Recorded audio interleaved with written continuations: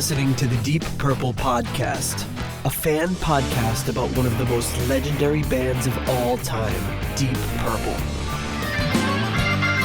We take a look at the music, history, and people behind the band Deep Purple and beyond.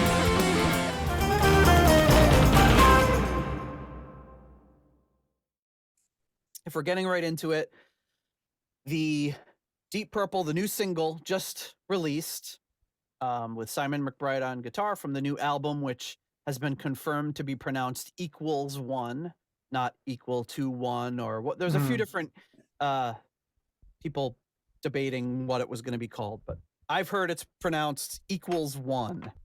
I think it's more about the little emoji face it makes anyway. Yeah, right. Exactly. The little weird lopsided smile face. So we are joined, as we always are, by my esteemed co-host, John Matola. Hey-o. Did you have your state facts at the ready, or are you going to save that for just regular episodes? Nah, hey, you should do a Puerto Rico one because it's a bonus episode. That's Guam or Guam, U.S. outlying islands. Yeah, well, yeah, I don't have one. Or regular DC. episodes only. You could do DC too. It's not a state. Ooh, that's good. Very Yeah, good. you got lots of options there. But well, while you look that up, we're also joined this week by All right, no pressure. All right. by Rich Shaler, our old friend and travel companion. Thanks for joining us, Rich. Ooga chaka. And the one, the only, Scott Haskin. Hey, thanks for having me on. And Scott, I just got finished recording an episode where I opened your package that came in just today. So thank you it very got much. there already. Oh, you're very welcome. Yep, I had my drink on it through the episode. So you'll hear that episode in, I guess, next week because we're a little behind. But yeah, so it was a little confusing. They said, oh, at midnight, we're going to drop this song. But I guess that meant midnight. I was also confused. I didn't know if it meant midnight going into the 30th or the night of the 30th, but apparently they meant April 30th at midnight, no matter where you are. So we're doing a midnight episode. It's midnight. We're all tired because it's so late. And we're going to so groggy. Yeah, we didn't do anything illegal. Well, we didn't do anything necessarily illegal, but we may have misrepresented where we are from. So basically, so I used a VPN to pretend I'm from Australia. Yeah, honey, put some shrimp on the barbie. Yes, actually, we're coming to you live from Brisbane on this episode. And it was very difficult getting the song without actually listening to it. So I did hear the first like half a second of the song 4 or 5 times as I was preparing it to be ready so that everyone could listen to it. So So they do the sound effect thing like they did on the first couple albums? They can hear the dog barking at the beginning. Yes. Yeah. They did the sound effect thing with the dog. Devil Dog, the Hound of Hell, Tuesday at 9, 8 Central and Mountain, right after the paper chase. Yes. So that's dog... not a VPN. This is a VPN. Yeah. That's not a barking dog. So I will say from the roughly half second I heard, I was actually very, very impressed. I know it's hard to believe, but I was like, whoa, it was hard to limit myself to listen to that half second. So let's just do it let's do it 1/2 second at a time and stop and talk about it. Well, what we could do is obviously just gonna be a short little bonus episode. We could listen to the whole song and comment freely as we need to. And if we feel like we want to, we could go back after that and do a stop and start thing and just kind of listen to bits and pieces. Whatever you guys want to do. The world is our oyster. I'd probably be pretty quiet the first time through because I just have to hear it and then then maybe go back through it. We can have our real reactions. We're like, whoa. Exactly. I don't see the point if Nate can already name that note in one or name that tune in one note. I mean, what's the game? I know.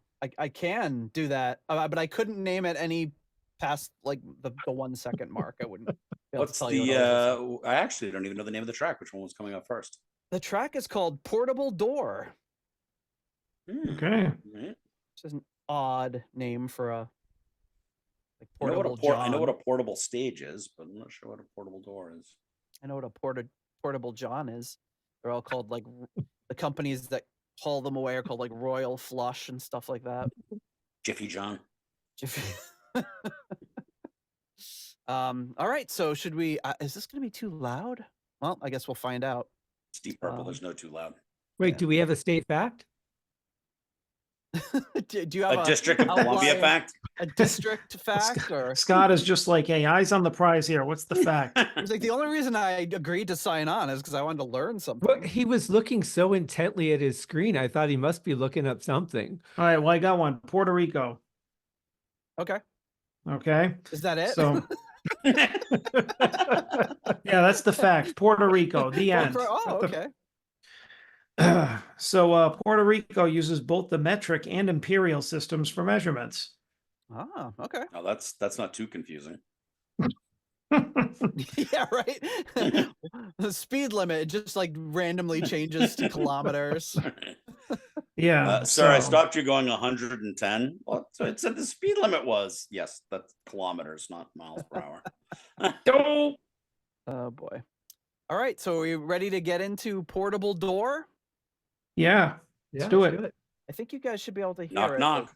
Okay, so let's see if this works.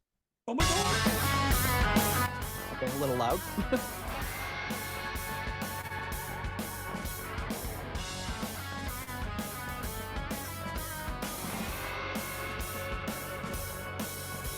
When it came to me one day in Jerksville, man, I was right on the edge.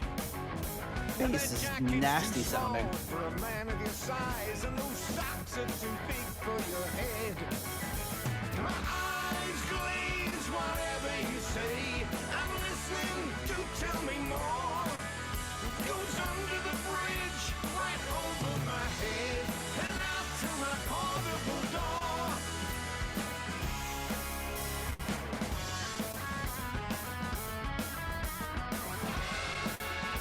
Reminds me of Pictures of Home. Yeah, Hmm.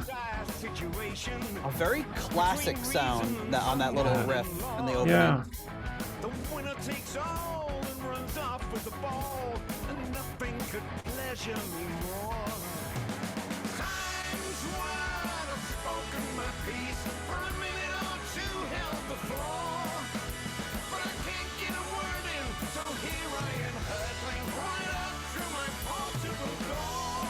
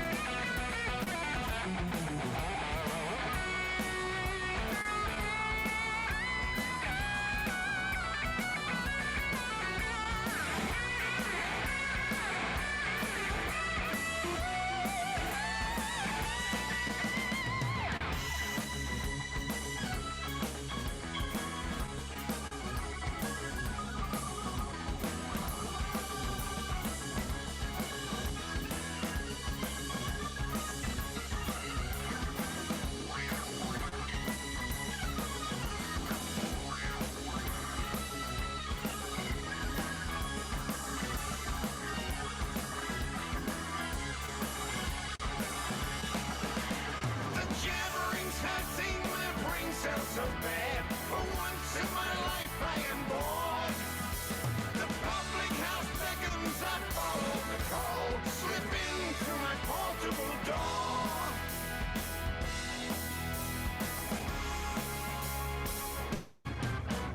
The unlikely event came upon me. Like that. I wasn't prepared for the shock. Once round my neck, and twice round the deck, and the rest disappeared up the block. So here we are, and everything's changed faster than ever before. You gotta be joking, man. What are you smoking?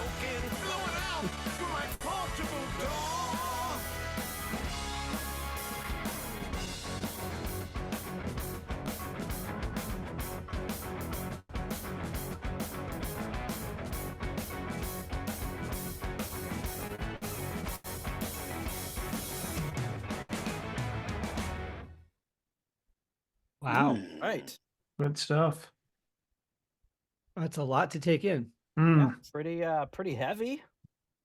Like that riff. It kind of it reminds me of something Richie like at the beginning, and then that like transition into the guitar solo sounds very Steve Morsey. Yeah, Mhm. that definitely had that I'm Steve so- Morse vibe to it. I'm so glad you said that, Nate, because I was going to ask, and I'm not trying to stir the pot by asking this question because I know that this comparison is going to be made all over the place. But was he influenced by Richie? Because those trills, they're very, very reminiscent. And that was the first thing my mind went to, was that Richie's back. I think everybody is influenced by Richie to some degree when you're playing guitar, but I know that Simon's main influence was Gary Moore. Oh, okay. And that's really who he idolized and probably listened to the most. And I do hear it in his playing, the Gary Moore stuff. So the only negative I will say I'll start with the negative because there was so much positive, is I was kind of hoping it would go even further away from what they had been sounding like. This sounds like it could have come right off the last album and been right at home at it. There are definitely some differences. I like Simon soloing on it. Not a lot of the fast runs, more of the the single note stuff or the couple of note things. But it sounds like it could easily been on Whoosh, and I was sort of hoping they would just kind of take a left turn like they did on Perpendicular and just go a whole different direction. But I'm not upset that they didn't. I get it. They spent the last 3 albums kind of building up this new direction, and people seem to really be enjoying it with Ezrin. So I get it. I just personally would have liked another Left Hand Turn, because that's one of the things I love at Deep Purple, is always changing, always evolving. But certainly a great song. Love the nod to Pictures of Home. That's all I could think of on that first riff. The do do do do do. Maybe they'll make it a medley. Love medleys. And then at the end there, that when it really just started grooving on just the guitar and the keyboards, just had that real bassy, gritty ding ding ding ding ding ding ding ding ding ding. I really like that too. Yeah, I want to hear it again. Oh, and I like the cover. That's a cool cover. Yeah. It's kind of cool. All the artwork it looks like the cover is going to be like just the Beatles White Album with Deep Purple equals 1, but there's also all these alternate things packaged that look like these. I don't know. It looks like this weird cylinder with planets floating in it and all this kinds of crazy stuff. It looks cool. But yeah, I feel part of me wonders if the sound of Purple over the last 20 plus years had a little bit more to do with Don Airey than I might have thought, because of what you said, which is it seemed to like it would have fit in well on the last album. And, Simon McBride didn't come in and just completely throw that on its side. He's just adding to it. But again, this is just one song too, so who knows? Right. It's a short song. It's like a little over 3.5 minutes, so it's something that they could potentially get radio play with. But they got a guitar solo and a keyboard solo in. They fit them both in, and it sounded great. Loved it. Keeping true to that a formula as much as they have one of trading things off. And love Roger's bass tone is just like crazy. Even on this recording, I'm sure it's gonna sound even better on the final release. But yeah, really good stuff. Did you guys notice the difference in the rhythm though, when it changed from the guitar solo to the keyboard solo, and you've got the keyboard playing rhythm covering the guitar, and then when it switched to the guitar playing rhythm, the song felt completely different. Yes. And I actually really liked what the guitar was doing too. Yeah, me too. I like the tone. He's getting a really good tone for this song, at least. And who doesn't love storytelling Gillan? Yeah, and I like how they've just settled into this world where they just write songs that fit Gillan's vocals so well. And this is another example of him being able to sing the song really, really well, and it sounds really good. I'm very excited, like what from Rich was saying earlier about the new album, and much like Rich saying, I'm kind of hoping that they do go in a little bit more of a different direction. Because I do like all the different eras of Purple, but Nate, do you have the track list for the album available by chance? I'm curious where this falls on the album because this could be a good opener, like a Time for Bedlam type opener. Mm. Oh, let me see. I'll pull it up. Talk amongst yourselves. What did you think, John? You've been pretty quiet. Yeah, I just been taking it all in. Definitely sounds like they didn't do anything too crazy, like not going too outside the box, but it's definitely heavy, so it doesn't disappoint in that area. I definitely think that, Simon added to that because he has in the live shows, as we talked about, is like he's really added like a new dimension of heaviness to some of their, classic songs. But aside from that, I noticed Roger's bass was very prominent, made me happy. Solo was great. Gillan sounded like Gillan, but he didn't sound bad. He sounds different, like slightly different, because I know he's getting older, so he sounds like I guess, for lack of a better word, his voice is sounding like a little more mature, I guess you can say. Because I mean, it's always sounded the same, and as he's gotten older, it hasn't gotten really gritty or husky or whatever. So I don't really know what adjective to use, but you can tell he's getting older, but that's not a slight on him. It's just that's how his voice is. Well, we also just spent the last hour and a half listening to 1989 Gillan. So that is true. We're definitely going to hear the difference. Yeah, but I mean, that being said, he sounds good, but it's like, I think that they are in a good place with their, what they're doing with their songwriting, as is that they're not going outside the box like some bands try to do and be like, well, we got to still fit this mold from years ago, and let's do things that these musicians can't, back it up with. Money and scream. Exactly. Yeah.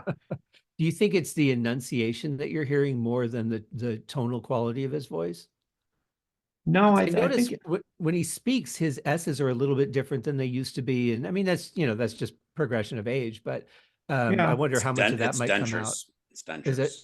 That's my guess. I mean, because It could be. I noticed that there was a couple albums ago, I noticed a very He's got like the Sean Connery kind of thing. Yeah, going that a it was little bit. catching a little bit. So, I mean, I'm not saying that's it, but that's what it struck me as. I noticed it less on the last album, but there was a couple songs on one of the albums. I'm like, man, I really hearing it. It was actually bothering me a little bit. Wow. Well, so to answer your earlier question, this is the 4th track on the album. Okay. So interesting. Be interesting to see what other singles they release. Do we know where they recorded this one? Because it wasn't in Nashville where they've done the last ones. Wasn't it in I think Toronto it was Canada. I think it was Canada because that's Ezrin's. That's where he lives. Yeah. Well, it's also where his studio is now. I don't think he has the one in Nashville anymore. And no, that's gone.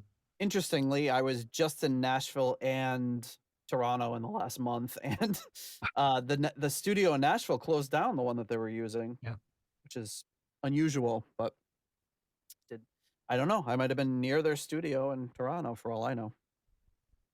But yeah, I am excited about this release. I paid the extra shipping to have it delivered on release day, so we'll see if that actually pays off, because it did not for Machine Head. Dibs on the extra copy. Yeah. Rich is gonna sit there just collecting all the extra copies, I guess. What is the actual release date? July 19th. Oh, yeah. Good God, I can't wait that long.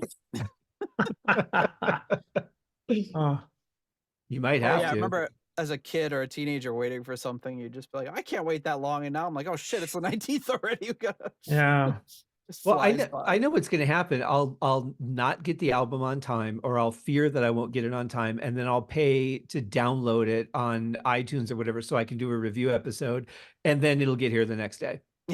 Yeah. Oh yeah. My Machine Head came in the next day.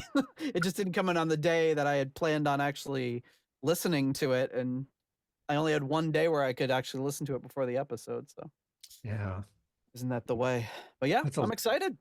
I think it's a good So- song. I really like the Yeah. gritty sound of that, the rhythm in the background in that one section, and then yeah, Ian's drums sound really good too. They're a little quiet, I think, in the mix. So I wonder if this is just kind of like a quick mix for the single or what. But overall, I thought it sounded pretty good. Yeah, excellent sound. I mean, Mhm. Ezra knows what he's doing. He All has it done took this was- before. He's Yeah. no Yeah. slouch. Yeah, but they've got such a great sound the last, I mean, they've always sounded good, but the Ezra albums in particular have sounded particularly good. But, all right. Anything else? Did we cover it all? Let's hear the rest of the album. Yeah. All right, if we don't have it. Hey-o. Yeah. That I would have to do something pretty illegal. I broke into the studio. So yeah. No, I will Yeah. say Amazon is still showing it as currently unavailable. So I think you can pre-order it from Amazon, but they're saying they don't know anything about it. It's just on their site. I think you can because it's so far pre-order in like advance. the CD itself, but like some of those package deals are like Oh. they're saying, oh, they're not available. But I know they're limited, so it's one of those things where if they don't sell through all of them on their main site, maybe it goes to Amazon. I don't know, but I did pre-order just the regular CD DVD from them because they've got like a little documentary coming along with it. So Oh, we'll see you which didn't one go for gets here first. the deluxe box set? I did go with the deluxe box set from the whatever site they're selling it from. Oh, okay. From their site, and then I just ordered the CD DVD from Amazon as like a backup. Oh, gotcha. So Just the that'll be on deluxe. How eBay. much is the deluxe box set? I want to say 88 it's pounds, like I think. it was like $79, but like the shipping was insane. It was Well, like yeah, therein lies the $34 problem. shipping. Yeah, it's crazy. Yeah. But from Amazon, the CD DVD combo was like $20. Wasn't too bad. Some I of just- our European friends that are coming over some of the shows put some in their suitcase for us. There you go. You stack about 10 or 15 of them in your suitcase. I just bought an album from Canada, vinyl, and the album was $25 and the shipping was $25. Ugh, it feels awful. Like, it's crazy. Sadly, it's becoming prohibitive. Yes. I have a couple hobbies where you do a lot of mailing, trading kind of thing, and the postage is kind of killing it off. It's getting to the point where it's cheaper to just go there and exchange it than it is to send anything now. Yep. Yeah. Well, great song though. I think Yes. this Yeah. is any fears that anyone had about how this was going to sound with a new guitarist or how it was going to work. And I mean, granted, it's only one song. We don't know how well it represents the album on the whole. But I will say, if anybody's concerned about how Simon's fitting in with the band from a writing standpoint, you should be fine. Hmm. And if history is any marker, Deep Purple's never been rocket scientists when it comes to picking their singles. So Well, This is that's true. true. Well, all the negative Nellies who are usually like, no Blackmore, blah, blah, blah. Like, even they are, for the most part, I'm not seeing any negativity around Simon. Everyone seems like really excited that he's in the band. So it should be interesting. I'm sure there'll be plenty of negativity after it comes out about all the things they should have done. Oh, they should get Blackmore back. That's what. Oh. But- Well, did you guys see that article that was released from Steve Morse about him saying that there's no more challenges in Deep Purple? I saw that it came out and that people were kind of talking about it. And I was like, I didn't read it. it was typical clickbait. It Yeah, was taken out of context. He was Mhm. basically it was very hard to see whether he meant, and what I think he meant was that Deep Purple's done everything that Right. they can do as a band, and it's not like they should wrap it up. It was more just like, they can do what they want because they have done it all, so they Yeah. can do what they Mhm. want. They Yeah, made they- it sound like what he said was like, well, anybody can replace Blackmore, but nobody can replace me. I was like, I don't think He that's didn't. what He didn't even come said. close to saying that. I don't think that would even pop into his head. That's No. just not him. But it was a lot about, it's not a challenge because everything's so well laid out now. He doesn't have to rush to get to a pedal to change a setting. It's very comfortable. They know what they're doing. They've got a good show live. And I get that, especially now that he's back with the Dregs. I imagine it's a whole different set of challenges. And then you can look at Oh, you know what? I didn't realize 30 years in Deep Purple. I got pretty comfortable as far as, the stage show and the process of it all. I could totally see that, because you won't know it necessarily until you're away from it. And then you have something else that challenges you to kind of understand where you were at. I definitely don't think there was anything derogatory or, No. when it's read in context, but And that's thought when it I was read that, I was interesting just to like, say. I don't even want to read the rest of this, because this clickbait headline, it probably wasn't even them that wrote it. It was some other stupid site that wrote that particular part, but I just didn't even want to. I was like, whatever. I'm sure he didn't say that or anything like that.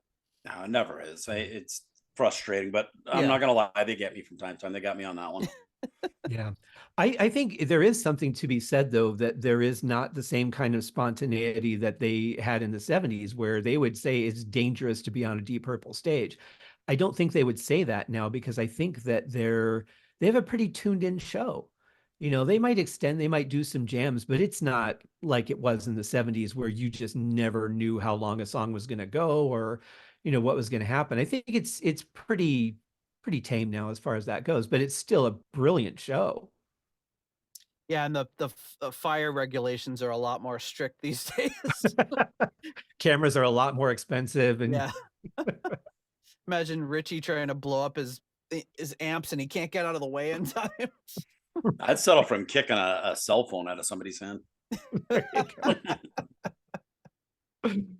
He's got a Without good kick. injuring We know himself. that. Yeah. Yeah.